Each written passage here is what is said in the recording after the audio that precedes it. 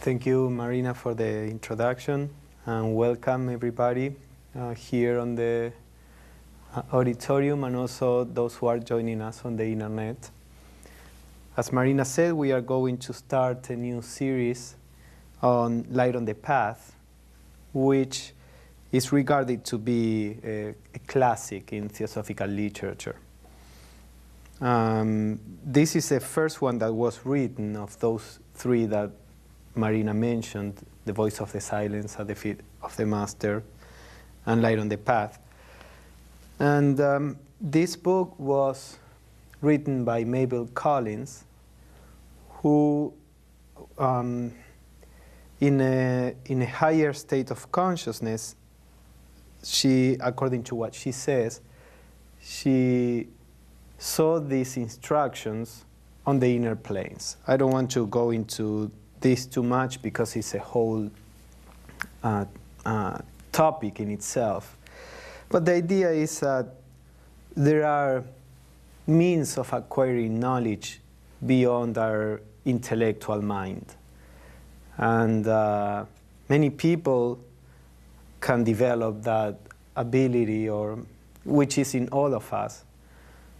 I remember now, for example, Ramana Maharshi, who was a sage in India, and he never studied or studied very little the Hindu scriptures. He was Hindu, and yet after his enlightenment, he was able to quote the scriptures and even to translate some of them without having apparently ever read them.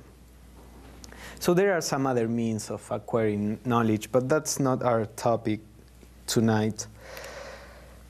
This book, it's a small book. It has some instructions for what in Theosophy is called the Path of Discipleship. Again, this is a very theosophical subject, the idea of discipleship, the idea of masters. We have dealt with this in some of other of the series. There was a whole series of Living Theosophy on the masters, and that series is available on our website, so you can, if you didn't see it and you want to know more about the idea of the masters, you can go to our website and see the 4 sessions. And as I was saying, this book is supposed to be a series of rules, in a sense. You know, I'll go into this a little more, but a series of rules that a person who aspires to be a disciple of the masters should follow. Now, again, the idea of rules is not the religious idea of rules. You know, do this, don't do that. As you are going to see, these rules are not things that we can acquire or follow just by checking our actions. For example, a rule that says don't lie. Well, we can try to practice it and don't lie externally. It's a rule that can be followed. But a rule that says kill out all kind of ambition cannot be so easily followed, because to have ambition or not to have it implies a whole change in our whole conduct. It's not simply an action that we do. So as we are going to see, these rules are very deep. They affect, or they talk about the very essence of how we perceive the world, how we perceive ourselves, and how we act in the world.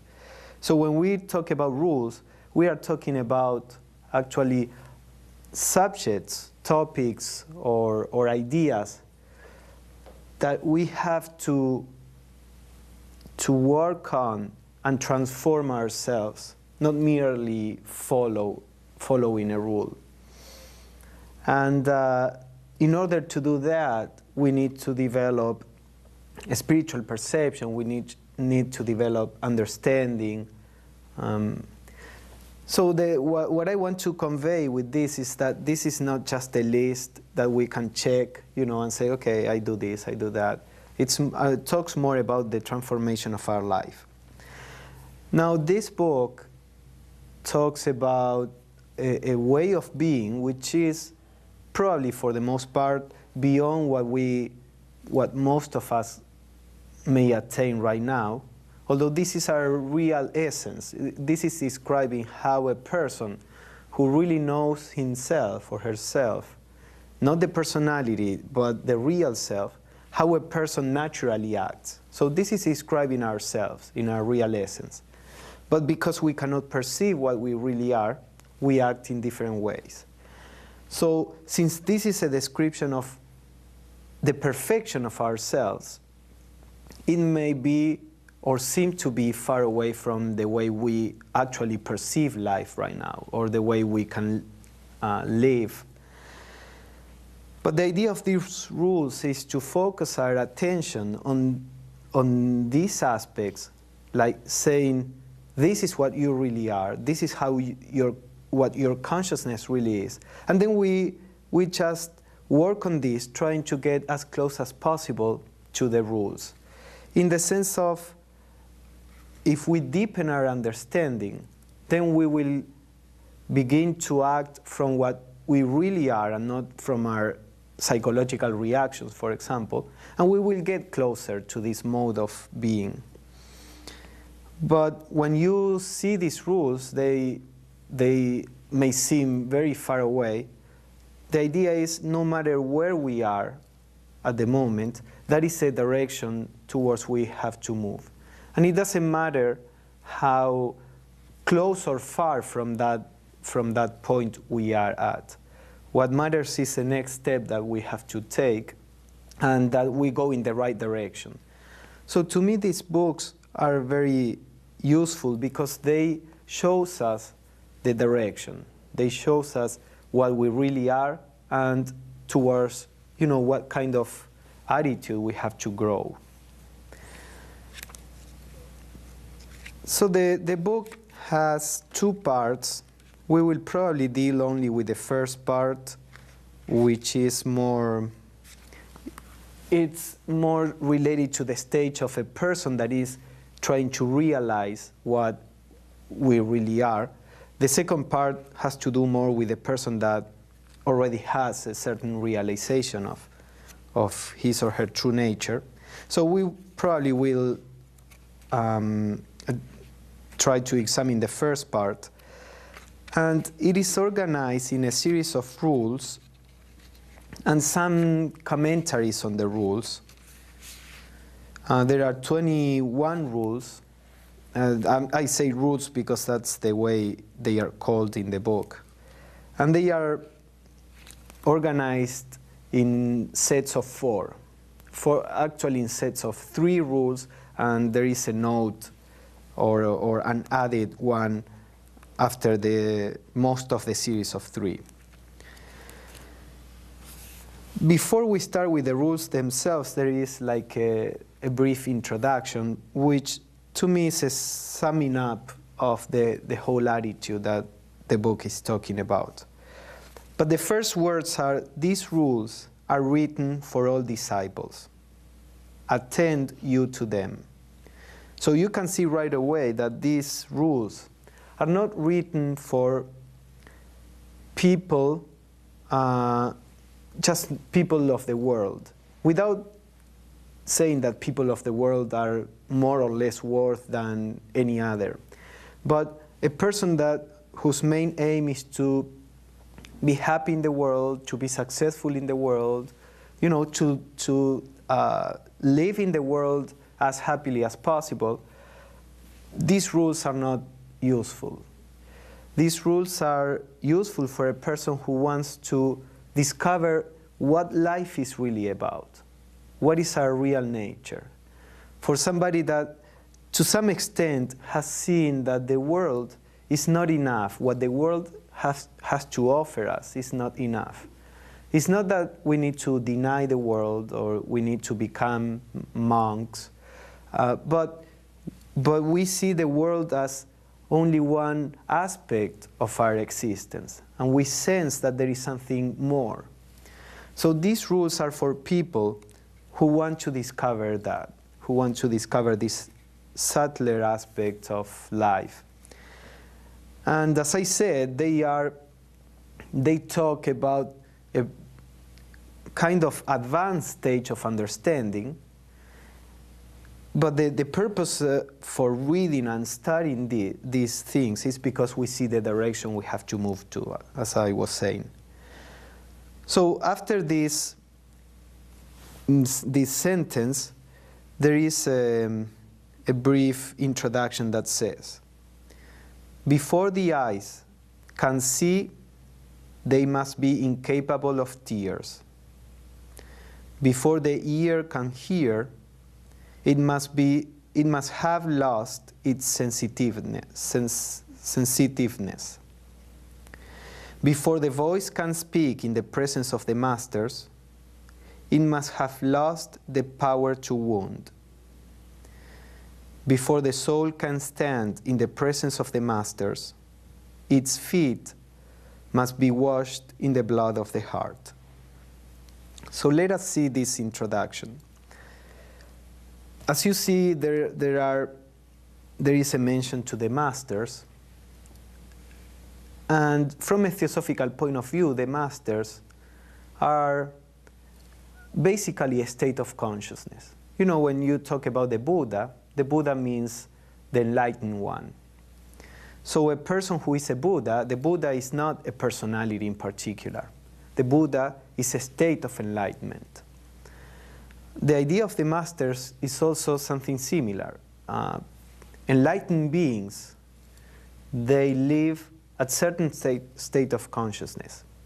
To meet the master in the real sense is to live in that state of consciousness. And to be able to live in that state of consciousness, the person has to go through this that I just read, or has to have that kind of understanding out of which all these things are natural. We are going to go through them one by one. In the Theosophical tradition, the masters are a very deep or spiritual state of consciousness, and it's different from the later development of the idea of the masters, many times called ascended masters in other movements, where the idea of the masters is more, maybe it's closer to what we are, you know, in those movements. Normal people can contact the masters and have a relationship with them. That's not so much the idea in the Theosophical view. Of course, the masters are enlightened beings that are helping humanity constantly, but to be able to have a personal relationship, so to say, we need to be like them to a certain extent.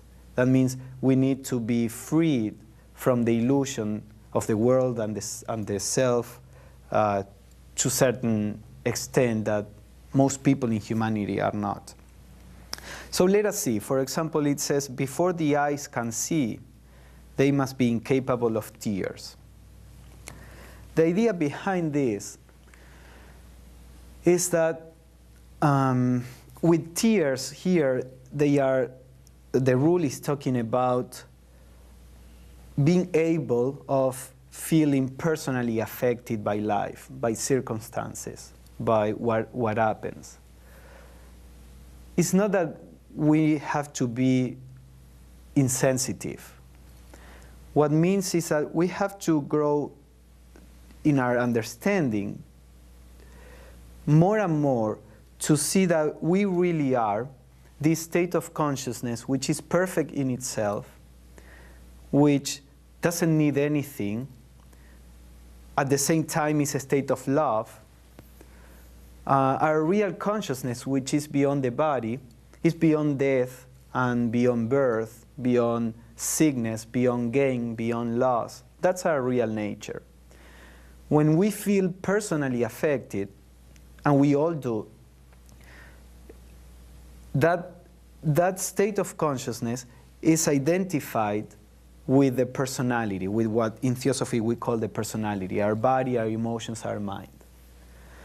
So the fact that we feel affected personally in our daily life shows that we are identified with our personality. So the idea is to try to grow into a perception of ourselves as being this perfect state of consciousness that is beyond the body, emotions, and mind. After all, if somebody says something that I don't like, and that may hurt, emotionally, but it's just an emotional reaction. My emotions will react, but I don't need to be really affected personally, because it's just, something that doesn't have really a lot of a real impact on what we are. Now, to be able to grow into this attitude or this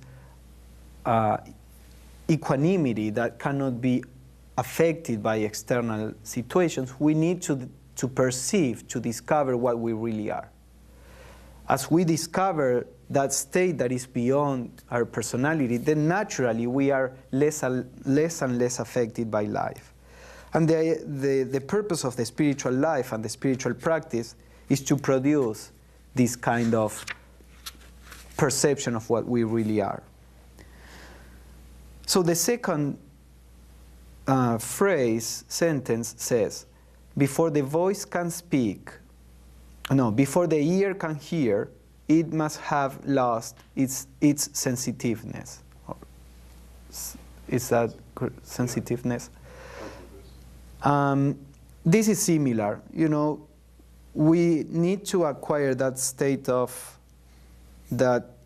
equanimity, where we are not so much affected by what happens outside. Again, if we are thinking about this as trying to reach the ideal, we may think that we are far away from that. But the purpose of studying these things is to begin to get closer and closer, to see what things are affecting us, and to try to see how we can see the situation, see ourselves, how to work with ourselves, so that we are less affected by the situation. It doesn't matter if we are still affected. Let's try to grow into, an attitude where we are less affected, when we can understand things a little deeper. So this growth will happen naturally. And one day we will be freed from this, the possibility of being affected by the external situations. Then it says, before the voice can speak in the presence of the masters, it must have lost the power to wound. So again, our natural tendency as human beings is that if we are attacked in any way, we try to defend ourselves. And, again, we have to understand this in the proper perspective. This is not saying that a person should be or let himself or herself being a victim of the environment or of, evil people, so to say, evil. Or it's not that the person cannot put limits to a situation that is unhealthy. What this is saying is what our inner attitude is. When something is wrong, many times we have to try to redress that. If it is in our circle of duty, it's not that we have to try to go and mess with some other people's life and try to redress things that is not our place to do. But in the circle we move, many times we have to try to correct things. But why are we doing that? Are we doing that because we are reacting personally to what happened, or because we think that what is going on is wrong and we are trying to do the right thing? So there is a difference. When we are talking about all this, we are talking about the inner attitude. If we can reach this state of equanimity, then we can see clearly, or more clear, what we need to do what the right action is. If we are just caught in a reaction, then there is very little that we can see. So here, the idea, before the voice can speak in the presence of the masters, it must have lost the power to wound. It means that we have to transcend this impulse, this habit of, taking retaliation or trying to get back at whatever is hurting us. We need to develop that harmlessness. But as we were saying, if something is wrong, and in the process of setting that right, the person that is doing something wrong, gets affected, maybe that's something that we have to do, even if the person is affected. Each situation is different. What I'm trying to do here is not to go to any of the extremes. Unfortunately, the spiritual life requires a lot of discernment. It's not that we can have a rule and always follow blindly that, because each situation and each person is different.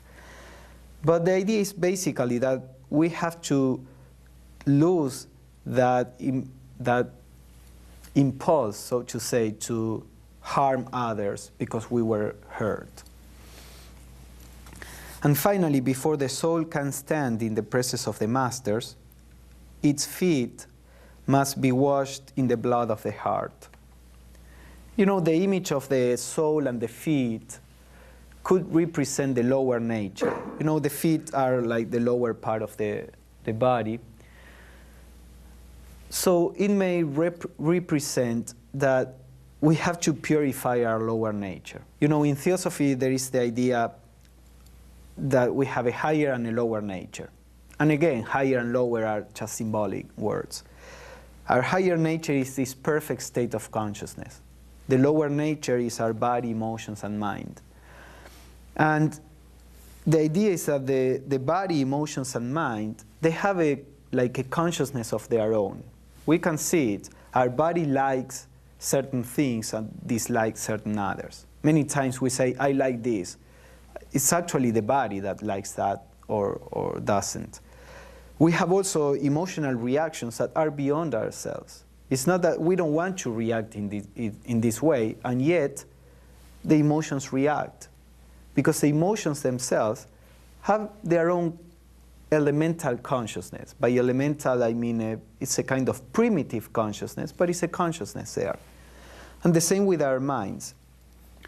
So when this lower nature is very strong in their own impulses, all these aspects of our lower nature. Our lower nature comes from the animal kingdom. In evolution we see in science that human beings developed from, the animal kingdom. So our lower nature is full with these tendencies that were useful when we were animals, but are not so useful now as human beings. Or they are useful within certain area, but then we extend that to areas where they shouldn't be. For example, the need to protect ourselves and to survive.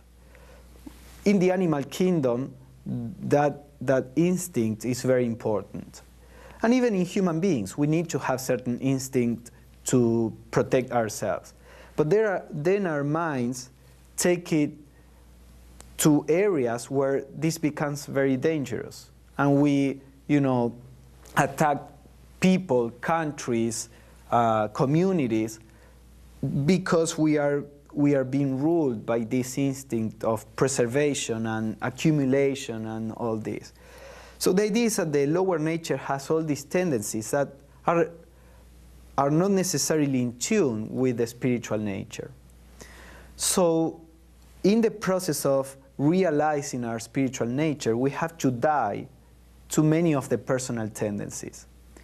And that is not a pleasant experience, especially at the beginning when we are identified with our lower nature. So the spiritual path in every serious tradition is said to be difficult. It's said to be, painful in some aspects. At the same time, it's the flowering of the soul. We discover a deeper way of living. We really feel that we are alive, and we feel that before we were sleeping in our daily life.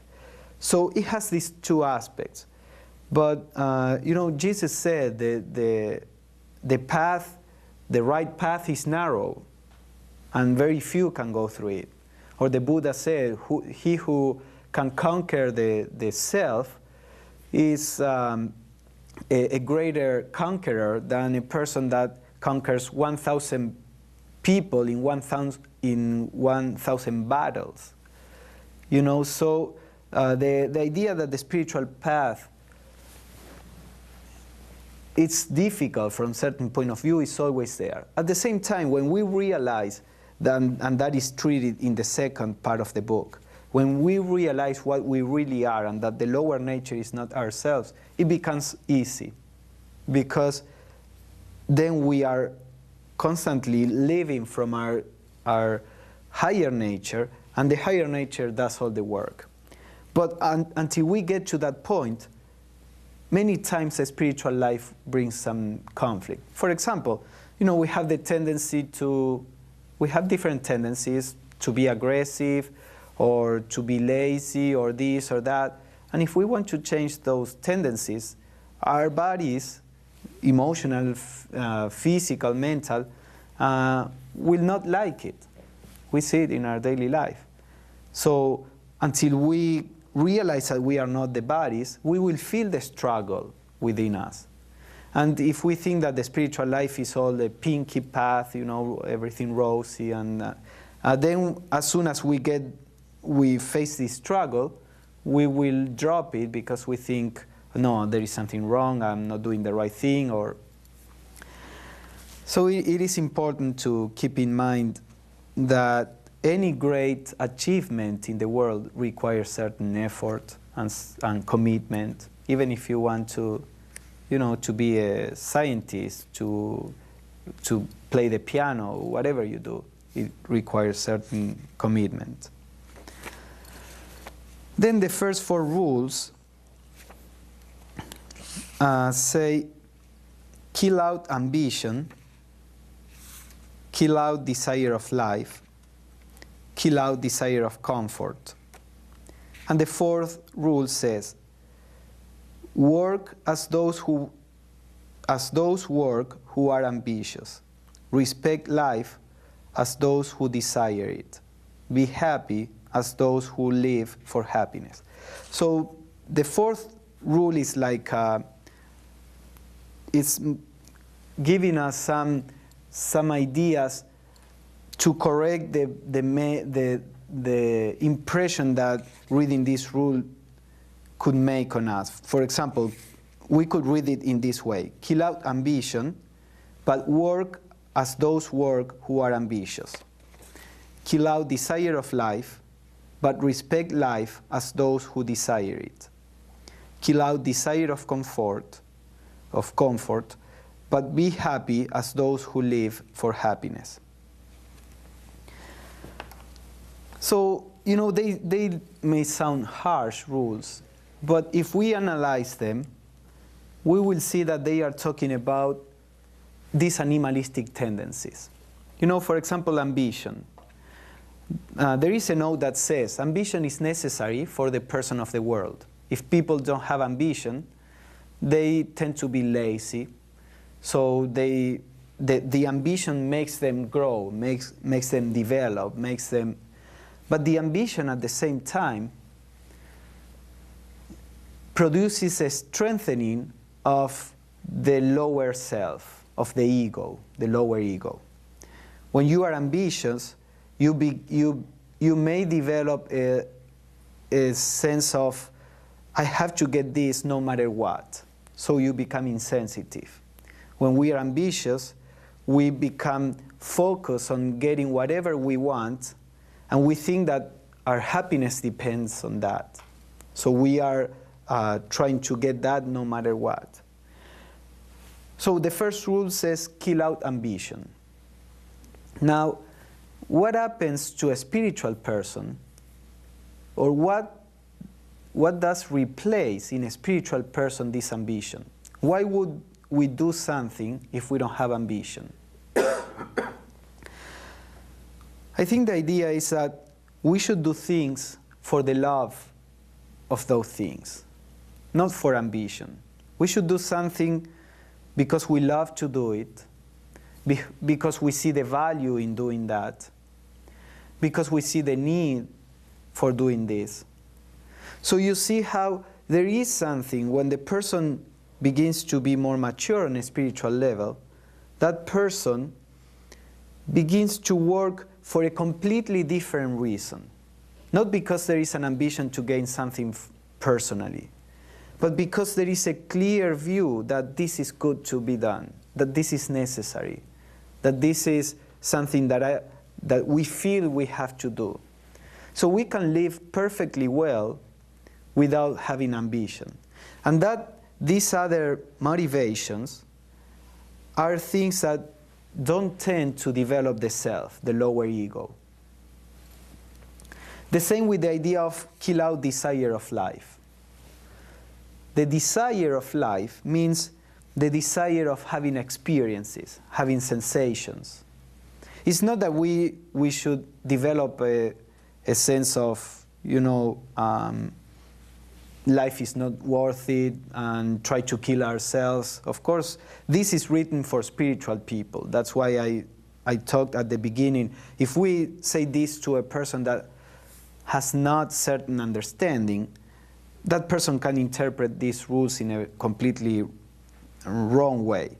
But the idea is that the desire for life is what makes us depend on the physical life. For example, when we are in meditation, we may be in a very peaceful state.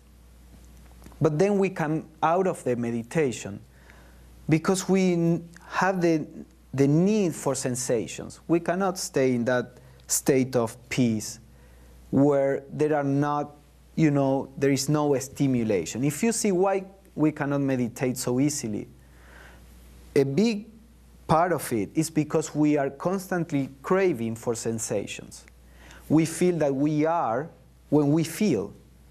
So when we are in silence, we feel that we are not there. Because we actually are not there. We, as the lower self, the psychological self, is based on thinking, sensations, all this psychological movement. So when we are in silence, that self is dead for the time being. So all this need for sensations, for having experiences, acquiring things, are all ways to sustain this psychological self. So we have to learn little by little to live in life with a sense of love, not with a sense of experiencing sensations. It's not that we crave. That's why this says, kill out the desire for life. This craving to have experiences is what we have to, little by little, make weaker. And at the same time, we have to develop this sense of love and compassion, and that is what will lead us into every experience.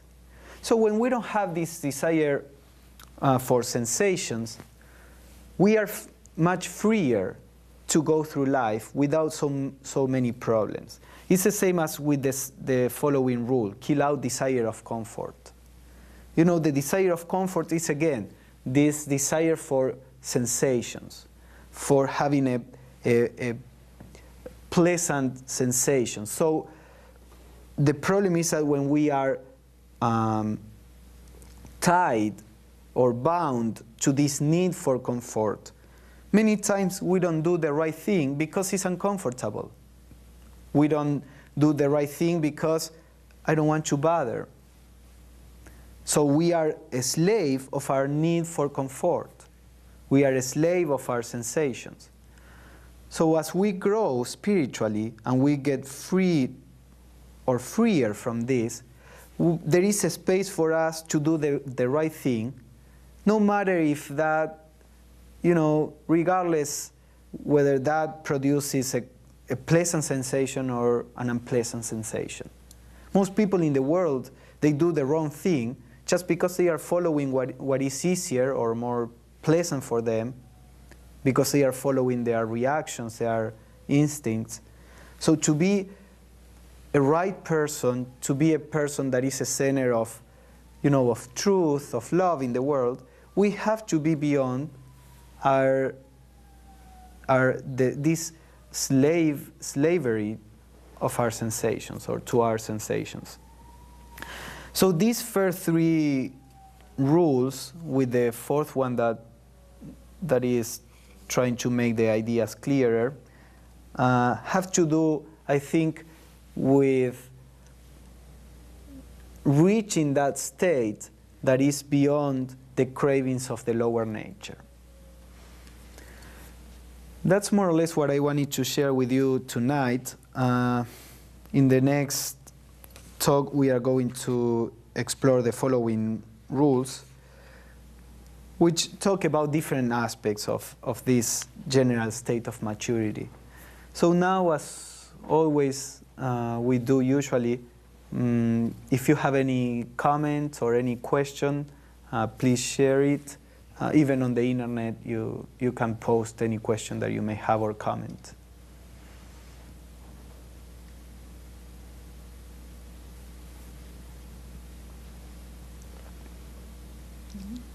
Let's see, there is one on the internet. Just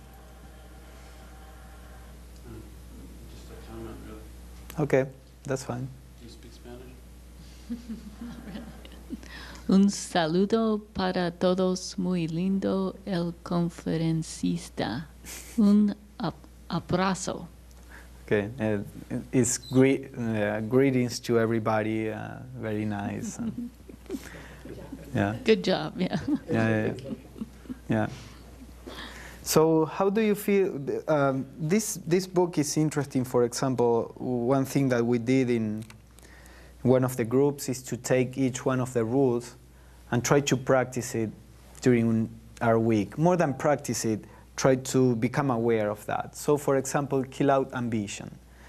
So we said, okay, during this week, let us see how many things we do out of ambition, of a personal ambition, and let's see in what areas we do things without trying to gain a personal reward. And let us explore, how is it possible that we do something without expecting a personal result? Why do we do it? Or when we do something with ambition, let us see, is there any other way we can do this? Can I focus my attention on any other aspect so that I do this without being so focused on the personal reward?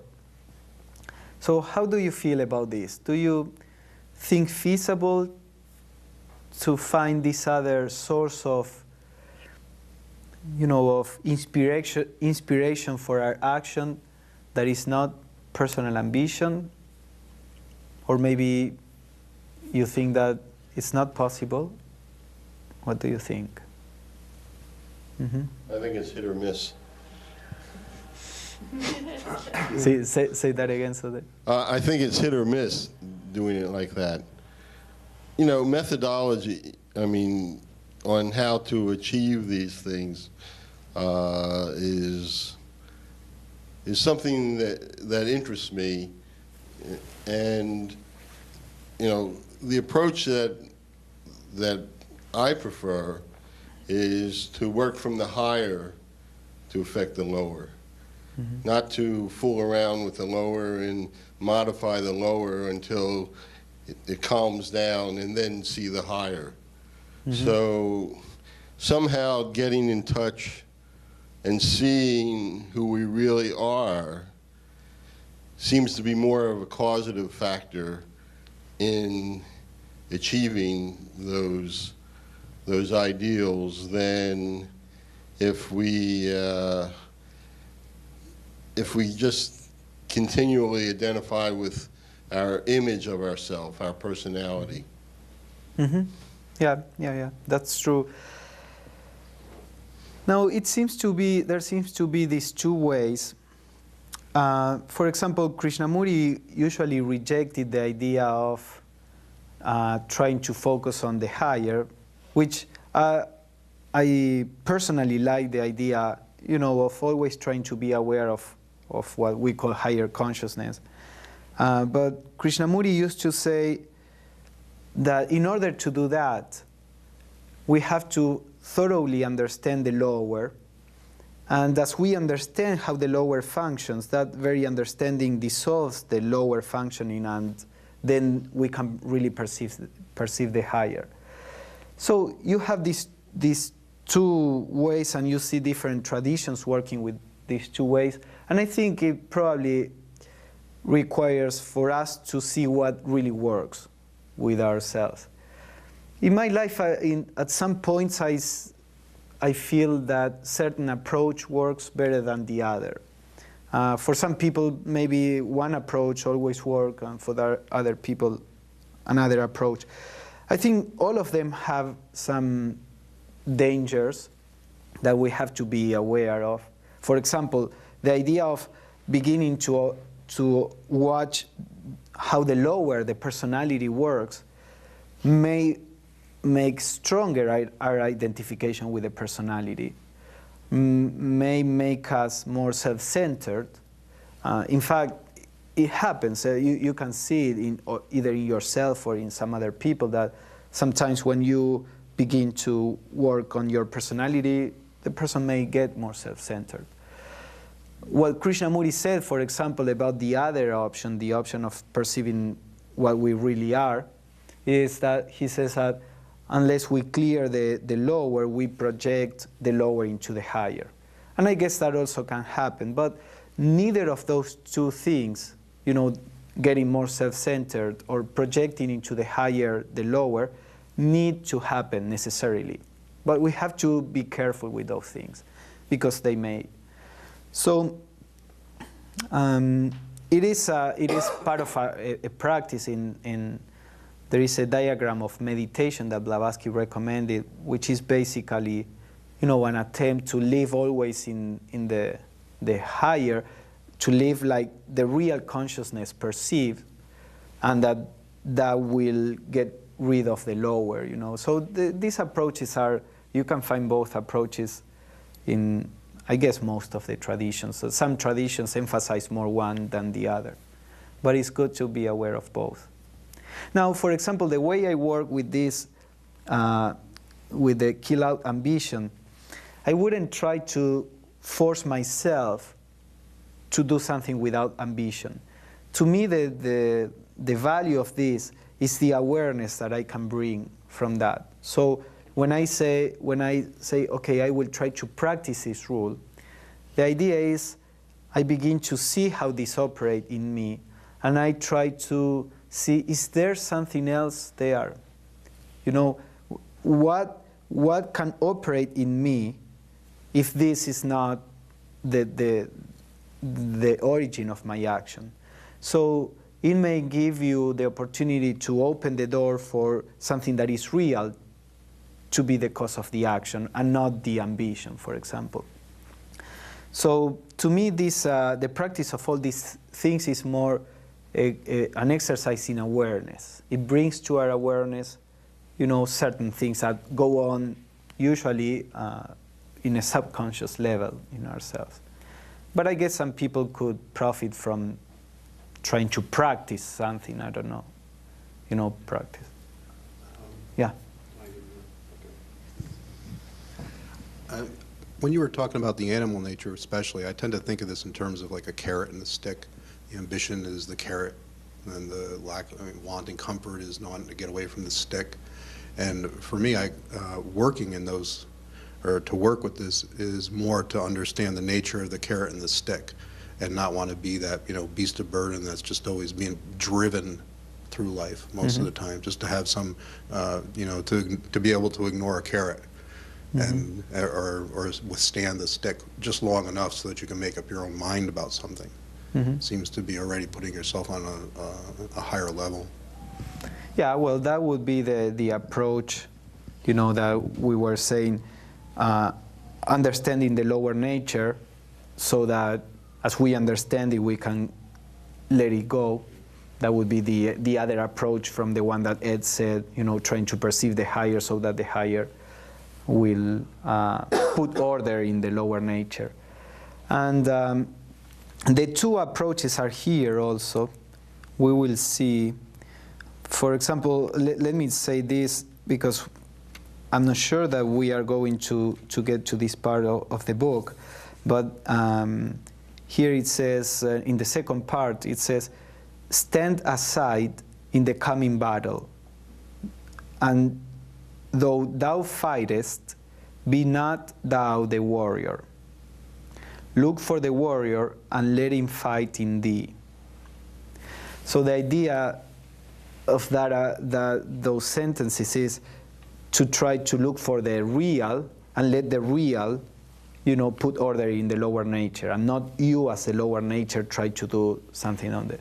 So that is there also, but as I said, you can find both ways, even in the same book.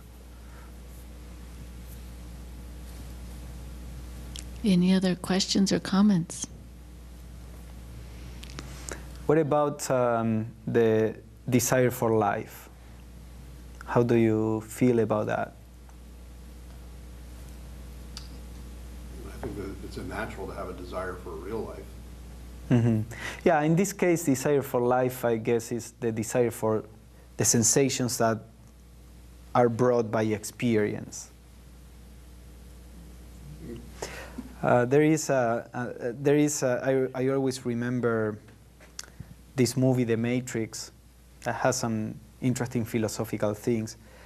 And in one part of the movie, there is a character that says to this person that is seeking to discover the real, he says, welcome to the desert of the real.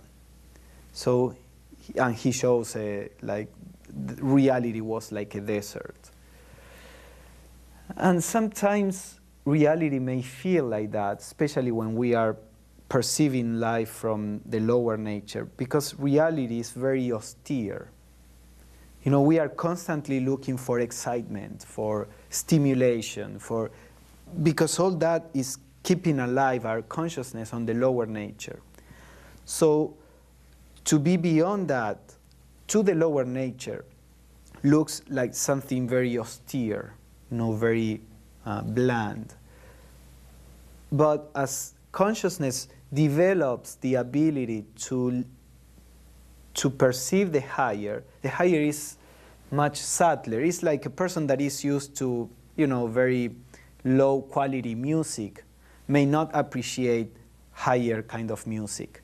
But as the person gets more sensitive to a higher class of music, begins to appreciate that and begins to feel that this other lower kind of music is too, dense or too...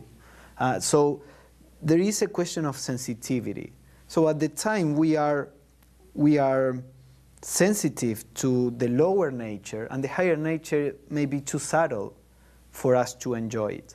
But little by little, we develop this sensitivity, and we are comfortable with a state of peace more than with a state of excitement.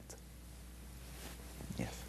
Yeah, what you mentioned at the beginning, that this is written for those basically on the spiritual path and has seen that, the worldly pleasures, while giving pleasure, also provide pain, and that the alternation of pleasure and pain is sort of seen in the world. And so this is sort of describing the path, in that once you see that, then you look elsewhere for your happiness, and not in the alternation of pleasure and pain that the world can provide. Mm-hmm. Yes, in fact, those things are mentioned here also. For example, when it says kill out ambition, it says that, let me see where, yet it is a necessary teacher. its results turn to dust and ashes in the mouth, and it shows the man at last that to work for the self is to work for disappointment, which is more or less like that. So the idea is that all these things are natural and they are bringing us closer to reality at a certain stage. But there is a stage where when we begin to realize these things, and that's why we are here, where if we work consciously on this, we may begin to free ourselves from, this alternation of pain and pleasure that Ed was talking about. I mean, as we begin to realize the trap that is life when it is lived on the lower planes with looking for happiness at the level of objects, when we realize that, we may go on trying still to get happiness at that level and then go from happiness to sorrow. Or we may say, okay, wait, let us see if there is something else. Let us see if there is a way out or if there is an alternative. So this book is for those who are already there and say, okay, so what is the alternative?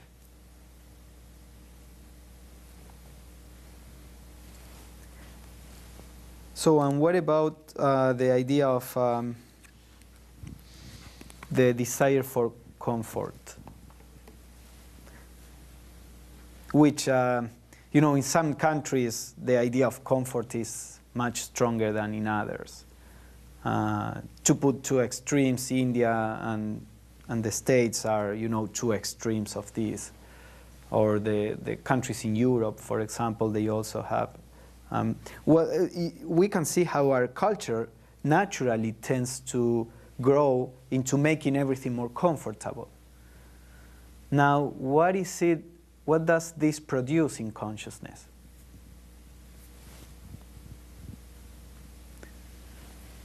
Maybe in the past, when people, had a harder time getting their means for sustenance, maybe they were not so afraid to make sacrifices to acquire something.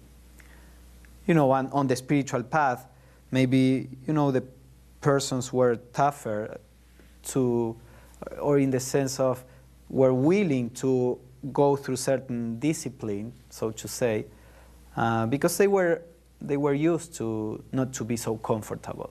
But when we get used to being comfortable, then we don't feel like, bothering about things. I don't know. It's difficult to say how people lived in the past because I didn't. So, it's just my idea of. But you can see how when you get used to comfort, it may produce this, tendency to, well, I might as well remain comfortable, not take the trouble.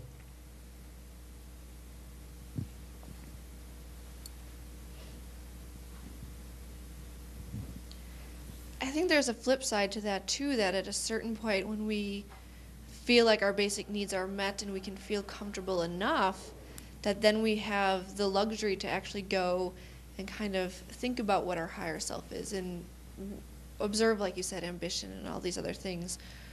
Sometimes they look at past generations and they were so focused on just surviving that they weren't worried about living a spiritual life. They just said, let me get through this day and this day.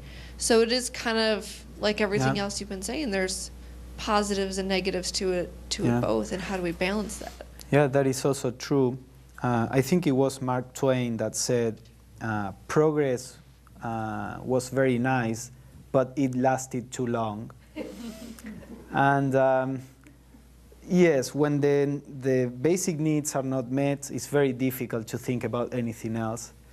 Now, our tendency as humanity is we meet the basic needs, and then we create new needs, to be satisfied. So we never get to that point as a culture where we say, okay, we are already comfortable, let us look for the real now. But yeah, it's again the middle path, which is so difficult to, it seems so difficult to attain. There is an explanation. You know, consciousness works through the opposites. We know happiness because we know suffering. We know light because we know darkness. So our consciousness has a tendency to go to extremes, at least a consciousness that it works through our mind. So probably that's a feature of the lower consciousness. But if you are interested in just playing with this, you may take some of the rules and see how do you relate to them in your daily life. And just, as a journey of self-discovery. And without any sense of ambition, again, without any sense of frustration when you cannot act in that way. We are what we are, and as we develop more awareness, that will transform our nature. Yes, let's see the last comment. Yeah, I was just thinking, in terms of comfort, our whole United States policy of oil and the wars that have caused is basically a policy for comfort, to maintain, a comfortable level of living. Yeah, I read once a book that said that all, big nations or empires in the past, their declining began when they got to the place of comfort, because then this author said, the brain begins to become complacent, and the curve of declining begins right there, when we get to the place of comfort. So it's something to see, to watch in our daily life and see, It seems to me that comfort, or that, some sort of satisfaction is something that is also in what we call higher consciousness, or the real. So it's like a touchstone. It helps us to know what it feels like, what that ultimate goal is that we're going for in our daily lives even. So it serves us in that way, but we can't be too attached to the comforts of the lower self, I guess, the daily life, but to reach for the one that sustains. Yeah, this is I think it's an important idea. Our time is up, but let me explore it a little bit. Many traditions say that even the lowest of the pleasures is just a glimpse of our real nature, which is bliss. And the idea is that there would be no possibility of pleasure if our nature were not bliss. And from a certain point of view, you can say whatever makes us happy is because for the time being, we open up ourselves to our real nature. Because we are with a constant idea that we need things, because we are identified with our body that needs things, with our emotions that need things, our mind. So since we are identified with this, we are with this constant anxiety to get things. It may be money, fame, people, whatever it is. So when we get what we think that is going to make us happy, that anxiety, for the time being, dissipates. And we perceive our real state of being, this state of bliss.